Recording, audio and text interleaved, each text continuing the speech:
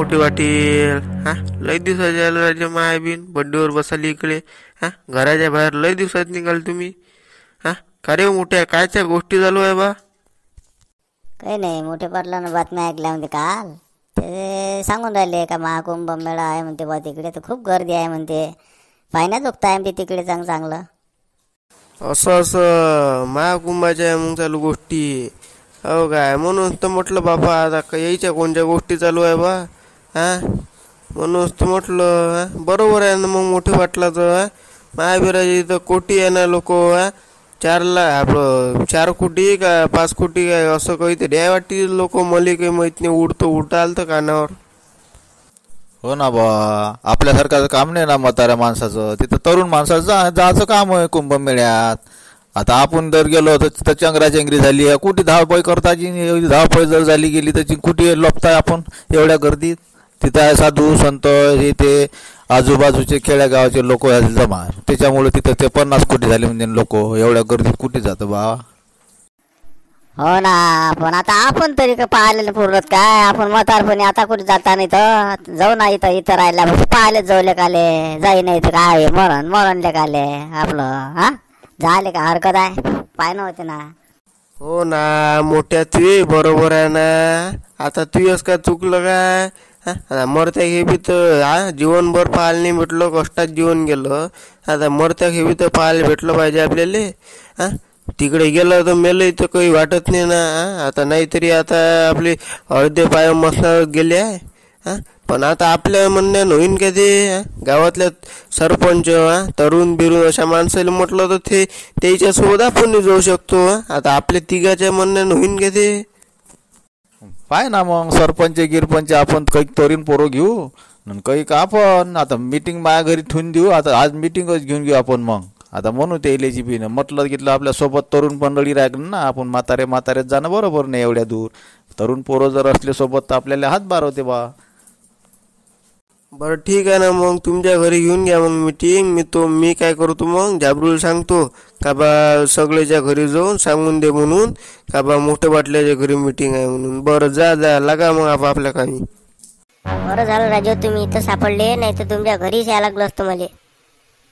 कहून रे झाबरू काय झालं म्हटलं? आमच्यासोबत काय काम पडलं बा तुला आता? काही नाही, माझ्या आबूजी काय म्हणे मोठे वाटल्याची इथं म्हणे मीटिंग ठेवली म्हणे. कायच्यासाठी होय कायच्यासाठी नाही होय हे मला काही माहित नाही. एवढं सांगितलं का बा सगळे बोलावून घेऊन ये तरुण व्यक्तीले. बस म्हणून तुमच्या घरी येणार होतो. आता तुम्ही इथं सापडले म्हणून तुम्हाला सांगून आलो. मायाबीन आता कायची मीटिंग राहिली यायची बावा? गावाचा सरपंच राजा मायाबीन गावभर हिंडून राहिला. आणि गावाच्या सरपंचाली मीटिंग नाही सुचली, नेलेच कुठची मीटिंग सुटलेली कहिले. मायाबीन कायची मीटिंग होईन कायची नाही. आता जा लागन बा. पण का रे झाबरू तुला काही ना काही सांगितलं असेल ना? कायच्यासाठी बोलावते बा, कायच्यासाठी मीटिंग घेते काही सांगितलं असेल ना? नाही ना शांताराम भाऊ, मलाच नाही माहीत. आता तुम्हाला कसं सांगू मी? मला जर सांगितलं असतं ना माझ्या आबूजीनं असं असं आहे म्हणून कायच्यासाठी मीटिंग घेतली तर मी तुम्हाला सांगितलं नसतं काय? सांगितलं असतं नक्की पैकी. आता मलाच नाही माहीत, आता तुम्हाला काय सांगू? मी काय म्हणतो शांताराम भाऊ, आपण जाऊन तर पाहू एकदा जाऊन तर पाहू. माहीत तर पडते आपल्याला कायच्यासाठी ठेवली मीटिंग, कायच्यासाठी नाही ठेवली. तर माहीत तर पडते. जाऊन तर पाहू एकदा. झाले काय हरकत आहे आपल्याला? चला आपण माहीत पडते कायसाठी ठेवली आणि कायसाठी नाही. तर मी काय म्हणतो शांताराम भाऊ ते जाऊ द्या तिकडे. पण मी काय म्हणतो तुमचे प्रिय मित्र कुठे गेले म्हटलं? देवदास भाऊ सनसने कुठे गेले? मंगन बसू राजो तुम्हाला त्याले राजो गावभर शोधून राहिलो, दिसलेच नाही ते. अबे तुला माहित नाही येतो त्याच्या मंगळाराच्या दुनियाभराचे काम. तुला माहित नाही येतो कसा येतो? हेकर दिमागाचा आहे लेखाचा. मला तर वाटते तू वावरात गेला असं. त्या वावरात जाऊन पाय, तू जवळच आहे म्हणा इथं. वावरात जाऊन पाय, त्याच्या दिसतेच तुला.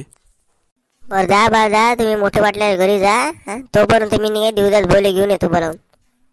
मोठा झाबरू शेठ इकडे उकडे. इकडे कुकडे म्हणजे आता तुमच्या इकडे. आता तुम्हाला बोलवायला आलो म्हटलं मी. ते मोठे पाटील नाही काय त्याच्या घरी नाही काय मीटिंग ठेवली ते ना कायची होईन काय नाही मला काही माहीत नाही. आता तुम्हाला बोलवायला सांगितलं बा. आता कायची मीटिंग होय रे बा?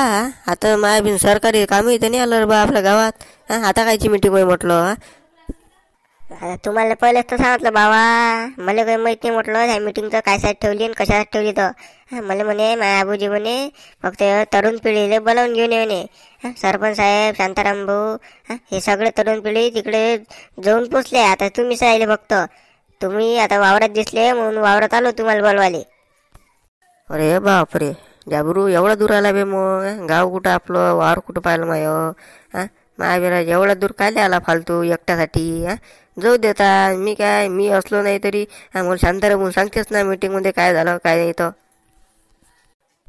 तुम्हाला बोलावंच लागते बा. तुम्ही आता तंटामुक्ती अध्यक्ष आहे, तुम्हाला नाही बोलावं लागेल तर कोणाला बोलावं लागेल मग. तुम्हीच तर मेन आहे राजा. त्या मीटिंगमध्ये जर भांडणं बिंडणं झाले कोणाचे, तंटामुक्ती अध्यक्ष त्यासाठी असताना तंटा मिटवणे, म्हणून तुम्हाला स्पेशल तुमच्यासाठी बोलवायला आलो. बरं जाऊ द्या मग. आता एवढा दूर आलास तू तर आता 10 कामं सोडून आता तुमच्या मीटिंग लिहाच लागून. आता काय आहे काय नाही माहीतच पडते. मग चाल जाऊ दे चाल. ही मीटिंग याच्यासाठी ठेवली आहे का आपण महाकुंभ मेळ्यात जासाठी.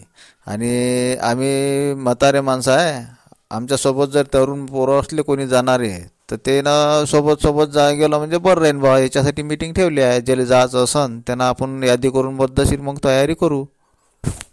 असं म्हणजे हे मीटिंग महाकुंभ मेळ्यासाठी बनवली आहे. म्हणजे जेले जायचं आहे महाकुंभ मेळ्यात त्यानं यादी द्यावी, नाव द्यावी, असं म्हणणं आहे तुमचं. बरं पाहू ना आता मग. आता महाकुंभ मेळा जो इथून लय दूर आहे. हां आपल्याला आता मग कार बिल लक्झरी करायला लागो ना. मग आता आपल्याला कसं काय करता. हो ना, त्याच्यासाठी मीटिंगच होय. पण तुम्ही जे येत असाल ते खर्च जाऊ द्या. खर्च लागन तर मीच करतो पूर्ण. पण माझ्यासोबत जे आहे आमच्या म्हातारे माणसासोबत जर तरुण पिढी येत असली तर आम्हाला बरं राहीन बघा. त्याच्यामुळं खर्चाच काही नाही. खर्च लागन तर नंतर आता पहिलं मी करतो, त्याच्यानंतर मग तुम्ही आपल्या परीनं कधी द्यायचे पैसे ते द्या. मी काही माझ्याजवळून नाही करत, पण तुमच्याचपासून घेईन. पण आता जर पैसे नाही ना कोणाकोणापाशी, त्याच्यामुळं आता पैसे मीच घेतो. मीच लावतो पैसे जासाठी. भाड्या गिऱ्याने ST ट्रॅव्हल्स करू मस्त. सगळा खर्च मीच करतो. नंतर मग लागन तर तुम्ही तुमच्या परीने देत राहा. बरं ना, पण आता काही आमच्याजवळ पैसे नाही. हां आता जे तूर कापूस आमचं जे पीक आहे हां ते आता तुम्ही सध्याचा खर्च लावून द्या. आमचं पीक निघाल्यावर विकून दिल्यावर मग आम्ही तुमचे जे काही पैसे झाला खर्च तो देऊन देईन आम्ही. आता सध्याचा तुम्ही खर्च लावून द्या, मग आम्ही यायला तयार आहे. हो ना, पैशाचं काही म्हटलं तुम्हाला तयारी तर करा. तुम्ही कोण कोण आहे ते तर एक लिस्ट करा मस्त, त्याची आपण तयारी करा चला. हो ना, जाऊ तर खरी. पण आता सगळे जण तयार झाले. खर्चाची काही बाजू राहिलीच नाही. खर्च तुम्हीच करणार आहे. पण तुम्ही कधी जायचे तारीख तर ठरवा लागेल ना आपल्याला. कधी तयार व्हायचं आहे, कधी काय लागतं. आपल्यासोबत खायला घ्या लागेल ना काहीतरी. त्याच्यामुळं अगोदर सांगा लागेल घरच्या बाहेरले. म्हणून म्हटलं तारीख ठरवून घ्या, मग चाललो जाऊ. आपण जे आहे की नाही, आपण परवाच दिवशी निघू. आता उद्या तयारी करून ठेवा पद्धतशीर. कपडे भरभार आपल्याला ते अंथरून लागण. तिथं थंडीचा मौसम आहे, त्याच्यामुळं आपल्याला उद्या तुम्ही तयारी करून ठेवा आणि परवा दिवशी आपण गाडी करून निघून जाऊ. बरं ठीक आहे मोठे पाटील, पण गाडी कोणाची करायची आहे हे ठरवलं आहे म्हटलं तुम्ही. हां गाडी कोणाची करायची म्हटलं. हो ना, तेच तर पेच पडला. तुमच्या जवळचा गाडीवाला असेल का नाही तर तुम्ही पहा, त्याला फोन करा आणि त्याला बोलवून घ्या. आणि त्याच्यानंतर आपण त्याच्यासोबत बोली करायला लागेल. पैसे किती घेशील, जायला किती दिवस लागते आपल्याला, यायला दिवस किती लागते, त्याचे डिझेल किती लागन ते विचार लागेल आपल्याला. त्याचं हे करून आपण त्याची गाडी करून घेऊ.